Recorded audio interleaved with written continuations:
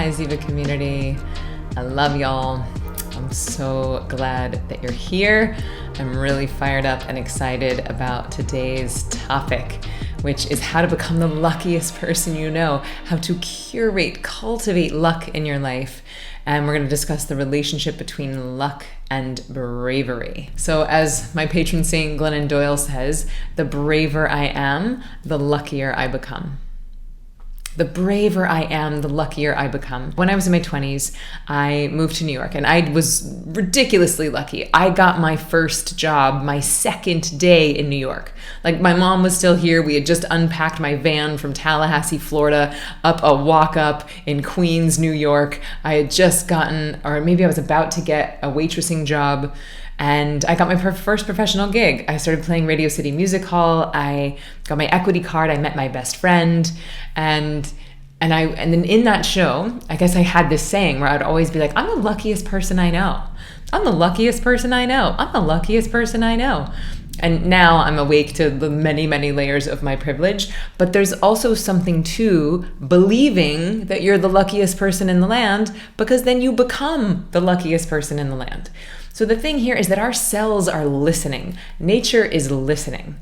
And if you say things, when something terrible happens and you're like, ugh, just my luck, your cells are listening. Nature is listening. If something terrible happens and you say, great, even if it's sarcastic, it's confusing to nature, right? Sarcasm is saying the opposite of what we mean to be true. And we got to be careful with sarcasm. It's the lowest form of humor. It's not really usually that funny, and it can be a little confusing to nature. So we really want to take care. We want to treat our words as if they're casting spells, because they are. Okay, abracadabra, this is not a direct translation, but it means like, as you speak it, it becomes so. Something along those lines. It's like you speak it into existence. That's what abracadabra means. So if we think of our words as being that powerful, that all of them are casting tiny little spells on our cells, on nature, on our intentions, then we want to start to take a lot of care with them. And so if you start to say things like, I'm the luckiest person I know, then you may start to surprise yourself and feeling a bit more lucky. You might start seeing more opportunities. And this is the same science that backs up the manifesting piece. So when we're manifesting, which is what I teach in Ziva Online in days 13 through 15, basically we're programming the RAS, or the reticular activating system, which is a bundle of neurons at the base of the spine. And that thing is quite literally a filtration device, okay? And when we're stressed, then that filtration device is always looking for the potentially life-threatening situations. Is this chair gonna fall? Is a tiger gonna attack me? Is someone out to get me? Is someone stalking me on Facebook? Has to keep us safe. That's its job. And this is the beauty of meditating first and then manifesting, or meditating first and then saying affirmations like, I'm the luckiest person I know. Because when we de-excite the nervous system, get rid of stress in our bodies, then the reticular activating system isn't as busy worrying about life-threatening situations, and it has more bandwidth to start to move us towards our dreams. It has more bandwidth to help us feel more lucky, to see the opportunities as they arise. And this, I would say, is still my definition of luck, is, preparation meeting opportunity, right? Luck is when preparation meets opportunity. But let's dive into that a little more deeply. I used to teach acting. I opened up the East Coast division of the #1 acting school in LA. It's Anthony Meindel's Actor Workshop. And it was a few years I taught there. And it was some of the most rewarding, inspiring, creatively fulfilling times of my life. And what I would always say when people came to the studio, when I would give people an introduction to this style of acting, because it was quite unique, I'd never experienced anything else like it. I said, at this acting studio, we don't just teach you how to prepare, we teach you how to jump out of the plane. So this is the luck being preparation meeting opportunity piece of this story. If you think about jumping out of a plane, like, only a ding-dong would jump out of a plane without a parachute, right? It's like, we must prepare. We must know that we have the tools. We must know that we're safe before we fling ourselves into harm's way and fully into the unknown. But here's the trick. What most people are doing are not flinging themselves wildly into the unknown. What most people are doing are spending their whole lives preparing and never jumping out of the plane. So especially in acting, but this applies to this conversation as well, nobody cares how beautiful, how perfectly packed, how well prepared your parachute is if you never in fact jump out of the plane. And this is what most of us are doing. We're working out every day. We're meditating. We're eating well. We're controlling. We're planning. We're fearing. We're worrying. We're really just controlling. And unfortunately, that gets us into over preparation mode. And then we're just sitting on the plane with the most beautifully, perfectly packed parachute, and no one ever gets to see it. It never gets to be utilized because we never are brave enough to jump out of the plane, to let go of the known and to jump into the unknown. And that's where the bravery piece comes into play, right? It takes a lot of bravery to surrender. It takes a lot of bravery to let go of everything we thought was true and to birth something, to move something from the unmanifest into the manifest. And that is what is required, right? If we want to fully step into who we can become, we must be willing to let go of who we are. If you want to step into who you are truly capable of being, you must be willing to let go of who you currently are. And y'all, that is what is happening on the planet Earth right now. Everything we knew is changing.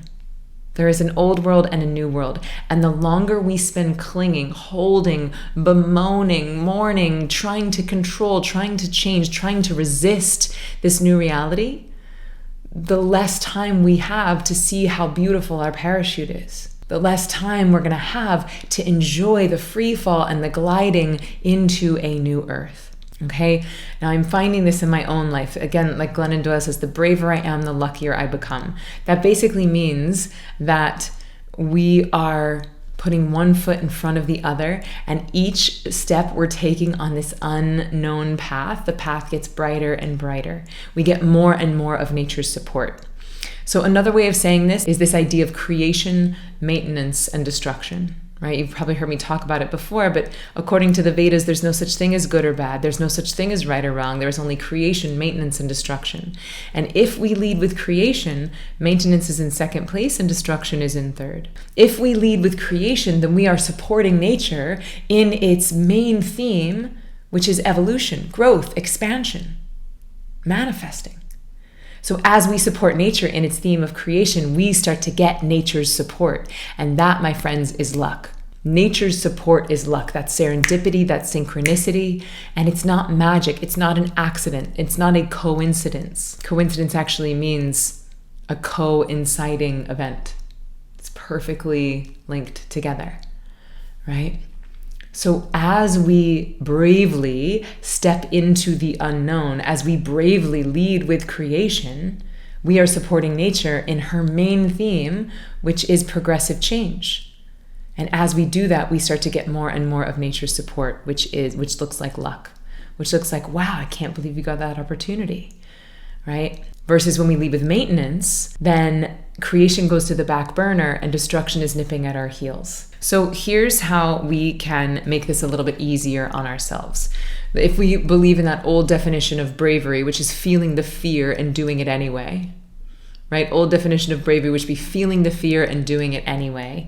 And this is a tricky fish because there are certain times when fear serves us. There's a certain times where fear keeps our bodies safe. And as a general rule, what I have found is to know the difference between intuition and fear is that usually intuition, inspiration is moving you towards the positive, and usually fear is moving you away. Okay, so obviously we don't want our lives to be dictated by fear, but occasionally it can keep us safe. So as a general rule of thumb, inspiration is moving you towards something. It's that still small whisper inside, and then the fear is like, don't call that person. You're too old. You're too ugly. Nobody cares. It's that loud screaming voice that comes up right behind the inspiration.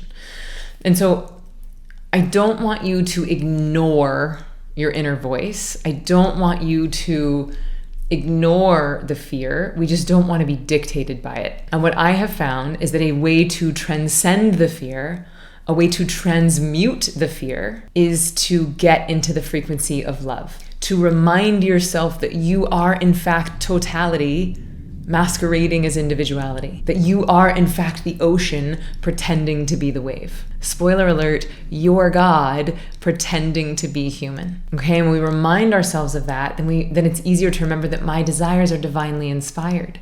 That nature is putting this desire inside of me.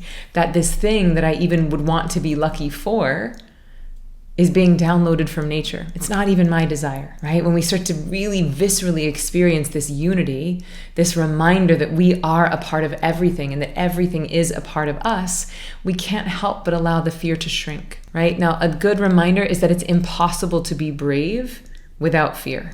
Absent fear, there's no such thing as bravery, right? So there's no judgment on any of these things. Fear has a relevant role. Bravery has a relevant role. Transmuting fear into love has a relevant role.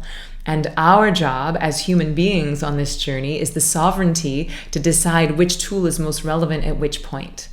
And that's why I think meditation is such an essential tool, because meditation is going to increase the volume on your intuition. Meditation is going to remind you of your connection with the everythingness of it all. And it's going to make it easier for you to be in a fearful situation and to transmute that into love so that you can then take inspired action, so that you can bravely step into the unknown and get more and more of nature's support. Okay. Mwah. Bye, y'all.